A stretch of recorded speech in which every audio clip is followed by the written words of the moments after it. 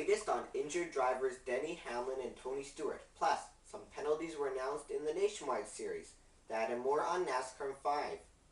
Hello everyone, welcome to the NASCAR 5 pre-race show for the Hollywood Casino 400 from Kansas Speedway. I'm your host, Bryce Turner.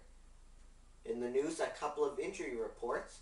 First up, Denny Hamlin is trying painkiller injections in his spine to avoid off-season surgery. Hamlin told the Associated Press, quote, "These last 2 weeks I've gotten some treatment done, and I felt as good as I did before the accident," end quote. And Tony Stewart started rehabilitation on his broken leg last week.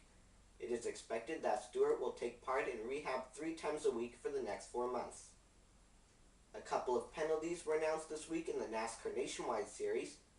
First up, Nelson Piquet Jr. was penalized $10,000, required to participate in sensitivity training, and placed on indefinite probation after using a derogatory term. What was the term? Well, the following is from a Sporting News report. While commenting on a photo that Nationwide Series driver Parker Kligerman posted of himself, Piquet used a 3-letter slur as a 1-word description of Kligerman.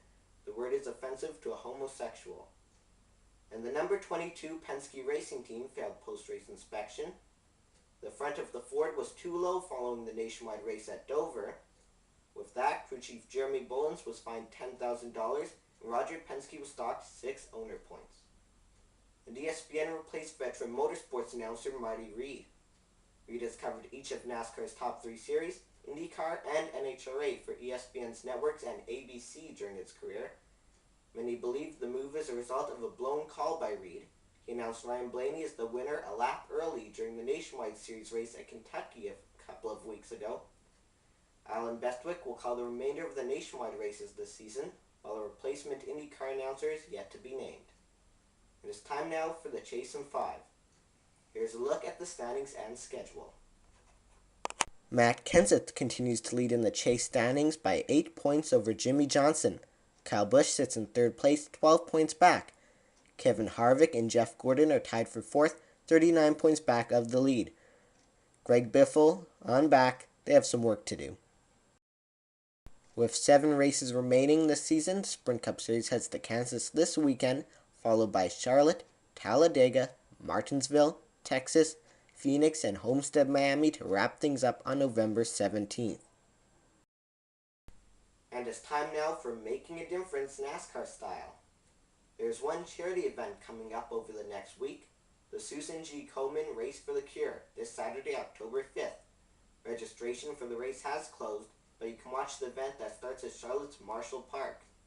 One of the participants is Taylor Strickland, son of former driver Hut Strickland and grandson of former driver Donnie Allison.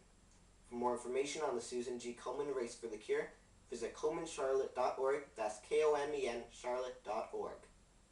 And today's featured charity, the Jeff Gordon Children's Foundation. According to its website, the Foundation's mission is guided by 3 strategies. 1. Pediatric medical research dedicated to finding a cure. 2. Improve access to treatment for all children. And 3. Family support programs that improve a patient's quality of life during treatment.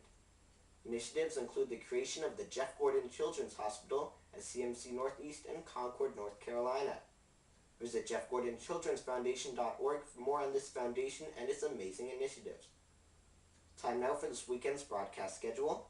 The NASCAR Sprint Cup Series will head to Charlotte for a Saturday night race next weekend, but first, as mentioned, we'll head to Kansas this Sunday, October 6th. Race coverage begins at about 2 p.m. Eastern Time.